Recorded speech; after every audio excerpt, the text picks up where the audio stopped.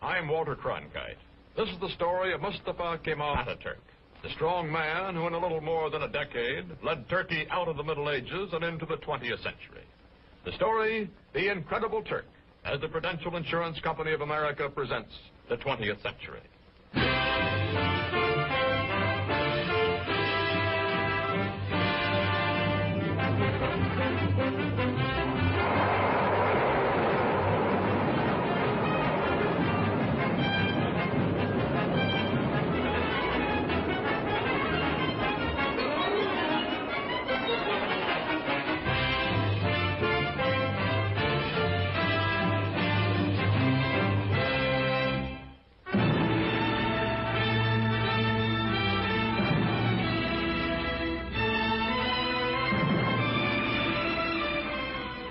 In the Middle East today, chaotic, vulnerable to Soviet expansion, Turkey, modern, powerful, and a rarity in this area, pro-Western, is prepared to defend herself against any aggressor.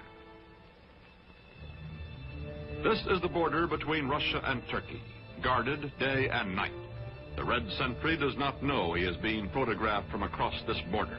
He feels that he is being watched. He is also suspiciously watchful.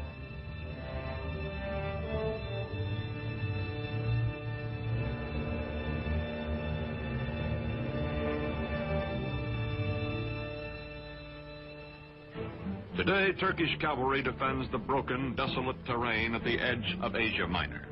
These cavalry squadrons are part of the strongest fighting force in the Middle East, the Army of Turkey, a democratic-minded member of NATO, military partner of the United States.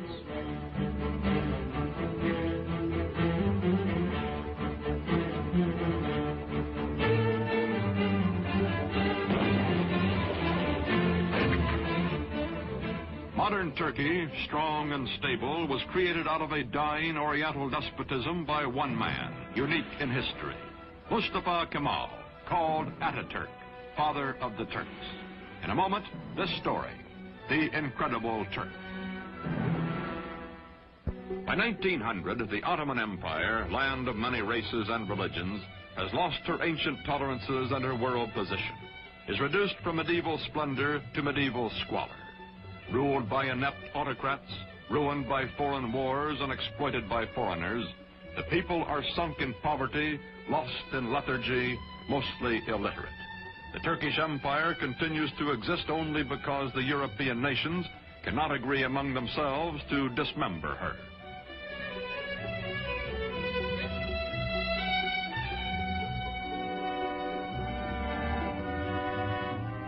Before World War I, Germany has plans to embrace Turkey as an ally, then to subjugate her as a satellite.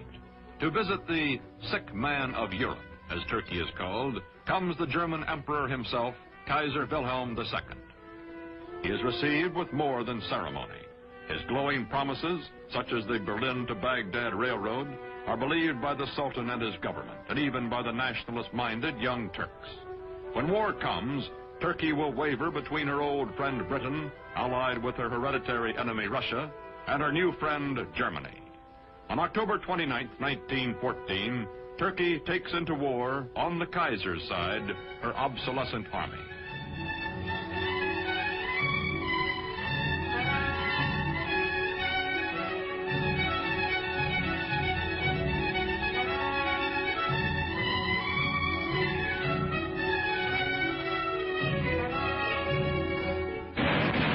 February 1915, the British plan to force the Dardanelles past Gallipoli, take Constantinople, and free Russian shipping in one naval campaign. Mustafa Kemal is an unknown officer commanding a feeble Turkish division at Gallipoli. His brilliant strategy and ferocious personal leadership changed the course of the battle, the campaign, and the war. After 10 months, the British signal defeat and steam away, leaving on the historic shore of the Hellespont a new hero in Turkey. One victory, one great military commander are not enough.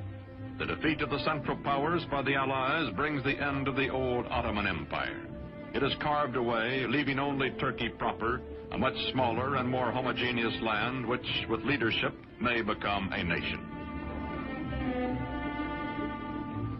November 1918. The ships of the victors crowd the harbor at Constantinople after World War I. From the palace of a weak and corrupt sultan, there comes no opposition. Turks bowing to Mecca accept their fate.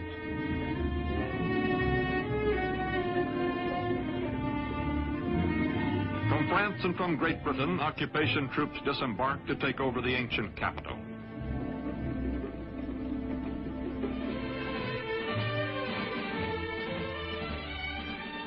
Sure that the Allied armies in Constantinople will do nothing to prevent it, Greece is preparing for an invasion of Turkey. On May 15, 1919, the Greeks land their troops.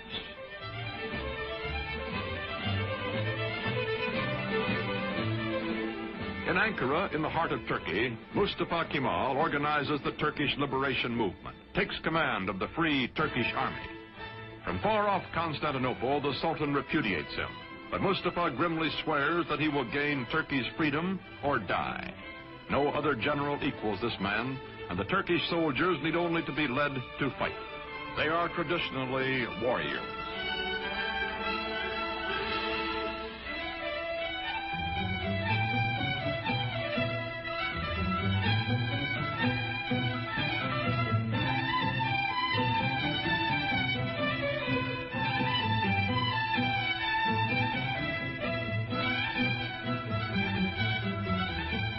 Quickly, Mustafa Kemal gathers the forces of an occupied Turkey under his almost unchallenged domination. His hastily recruited bodyguards stand ready to defend him with their lives. Mustafa Kemal pits his cold, inexhaustible toughness, his unyielding determination, his knowledge that the people are with him, against the continued fanatic opposition of the Sultan's government. Ammunition must be made by hand, by old men and hungry workmen, boys and children. Mustafa Kemal's Turkey is going into battle with the Greeks.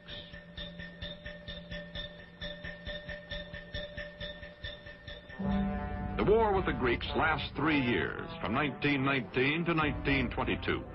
The Turkish people know it is a war of extermination, atrocious, no quarter given or asked. Heroically led, the Turks advance against the invaders. The women leave their endangered homes to carry shells to the army.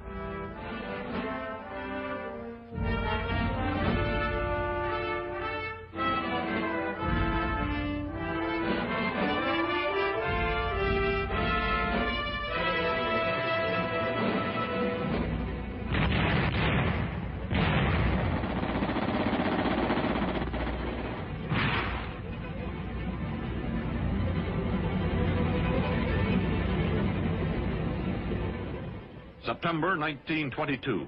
The Greeks are driven back to the Aegean Sea. Offshore, Allied rescue ships stand by. Into the seaport of Smyrna, called Izmir by the Turks, pour thousands of Greeks, joined by sympathetic Christian minorities, fleeing before the armies of the man whom the British call the most terrible of all the terrible Turks. From the ships, bread comes to the docks for the desperate refugees. Bread so that they may live another day.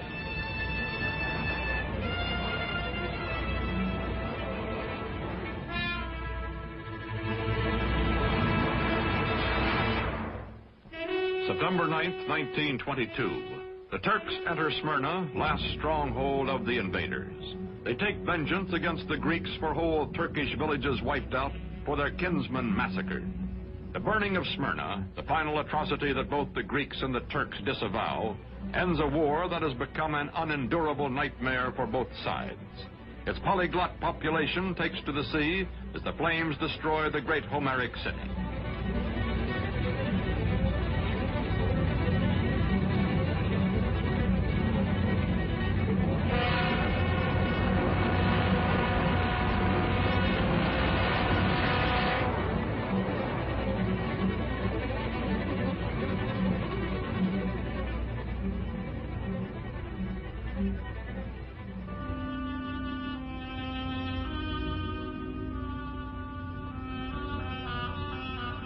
Star and crescent fly over liberated Turkey. Mustafa Kemal Pasha, married to a woman of Smyrna who personifies his ideal of Western freedom for all Turkish women, is Chief of State and Supreme Commander of the Army. With the winning of the war, he removes his uniform, never to wear it again. He is now granted dictatorial powers by the elected National Assembly. In Constantinople, to be officially renamed Istanbul, the foreign occupation troops are evacuated.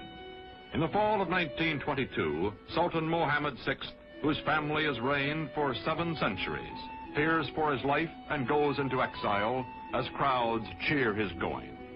Mustafa Kemal's victorious army enters Istanbul.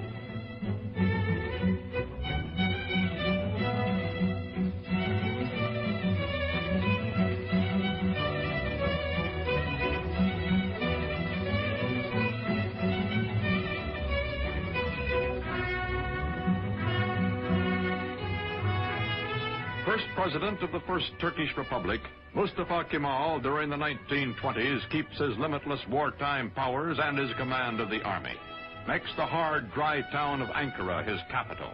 His fantastic dream is not of empire or conquest, but of creating a democratic Turkey, a new kind of Turk in his lifetime. The Ottoman sultans also had been caliphs, secular and religious rulers.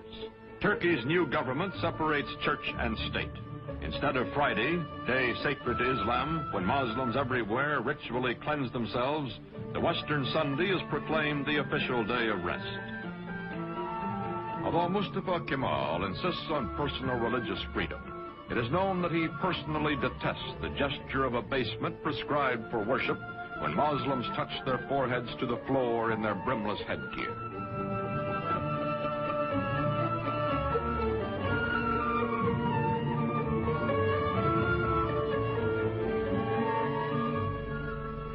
To Kemal, this headgear, the fez, symbolizes Turkey's Oriental fatalism and ignorance.